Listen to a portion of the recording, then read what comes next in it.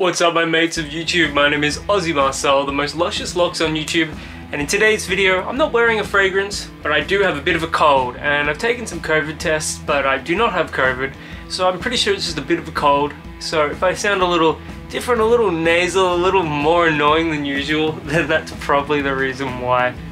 I'm not wearing a fragrance of the day because I had to get ready in a rush this morning.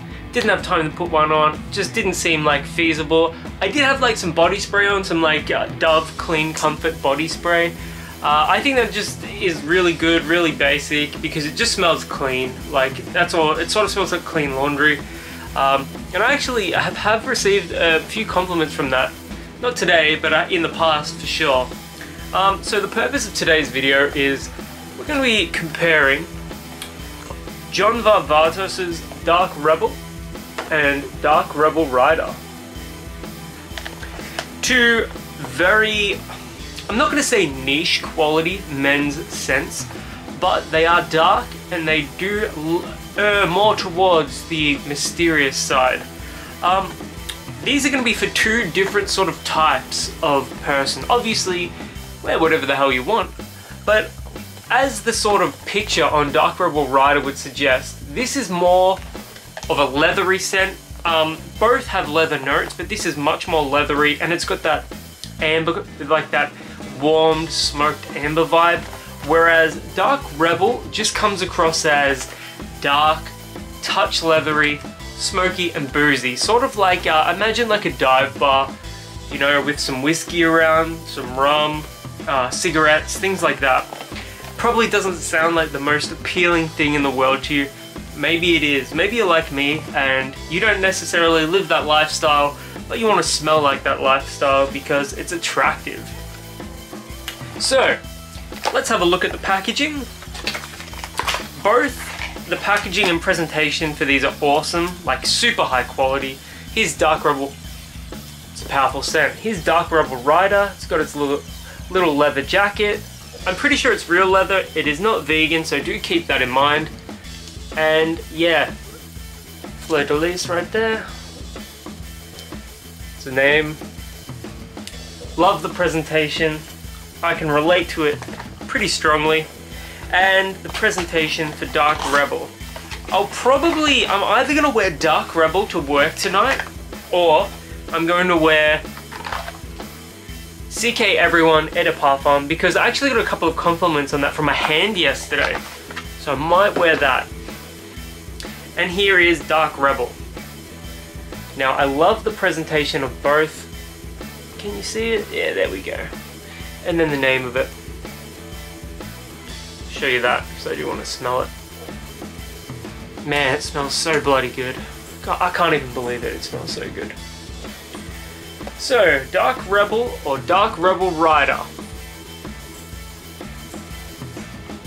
Two different scents, very similar but subtly different. You've got your amber and your leather here, you've got your booze and your smoke here.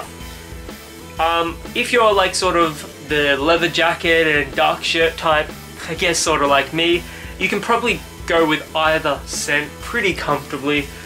However, I think if you're not wearing leather or a leather look material, you may want to go for Dark Rebel. I have noticed that this appeals more to older people, and given that I'm pretty young myself, that is, you know, take that with a grain of salt. I've found that this is more a better scent for an older person, and this is a better scent for a younger person in terms of who you're trying to get compliments from. Now, regarding which one you should wear if you're a younger man or a more mature man, or if you're a younger or more mature lady, I would say the more leathery scent for an older gentleman or an older lady, and the smoky boozy scent for a younger gentleman or a younger lady. They're both really potent scents. Initial projection is super powerful, but that does die down. However, there is one key difference between both of these scents, and that's that Dark Rebel Rider on my skin, with my skin chemistry, does not last nearly as long as Dark Rebel. Dark Rebel lasted on my skin ages yesterday. I only had to reapply once throughout the day. It lasted so long. Whereas Dark Rebel Rider, I often find myself barely noticing it after about 6 hours, so do keep that in mind. Dark Rebel, you know, I would almost call that a 12-hour scent. Dark Rebel Rider, you get half the performance. And often, although I think both of these are discontinued now, I've seen this start cropping up more. I hope neither are discontinued because I love both of them. But in my experience, the original Dark Rebel lasts much longer.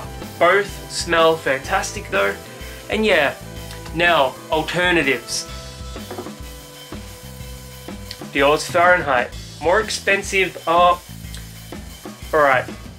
If both of those are discontinued, they're going to be more expensive. However, if you've got access to both of them, Fahrenheit is going to be more expensive. It smells like gasoline, leather, and flowers. It's incredibly masculine. It's a fantastic scent. Another alternative, more expensive than either two of them, even at discontinued prices, Tom Ford's Ombre Leather. And I'll just show you the packaging. This smells closer to Dark Rebel Rider for obvious reasons, but it's probably my favorite scent at the moment. And then we've got Leather Skies by All Saints. This is slightly cleaner, crisper, less dirty.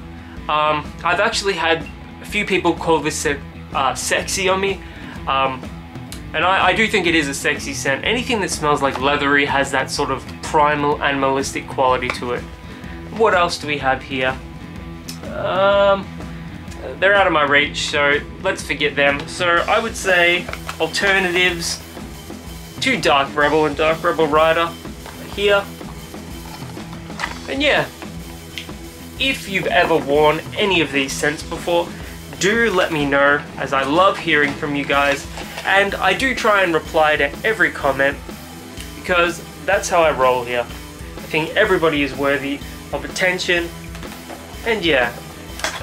So until my next video, my name is Aussie Marcel, the most luscious locks on YouTube, and I'll catch you guys around.